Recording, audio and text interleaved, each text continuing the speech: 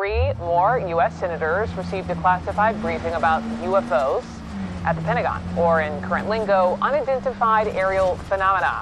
You may have heard that pilots and other military personnel have been reporting these kinds of sightings for years. Dugay-dugay na sab ni sa ako ang storage, sayang man sab og i-delete. Gipangitaan ko na lang sab og laing backtrack para ani kani nga dalan Boulevard ni sa Cagayan o CDO. Gikan ko ani sab sa Surigao na ay gihatod nga instrumento. Balik lang sab dayon sa Cagayan. Dugay na sab ni siya nga recorded video. Adtong niaging mga katuigan tuig 2021 na okayan sa gallery ako lang sab gi-recycle ni para magamit sab ni. Pang post ra gud ni sa FB dugang i-upload unyang gabi. Og salamat sa inyong pagtan-aw sa ako ang video.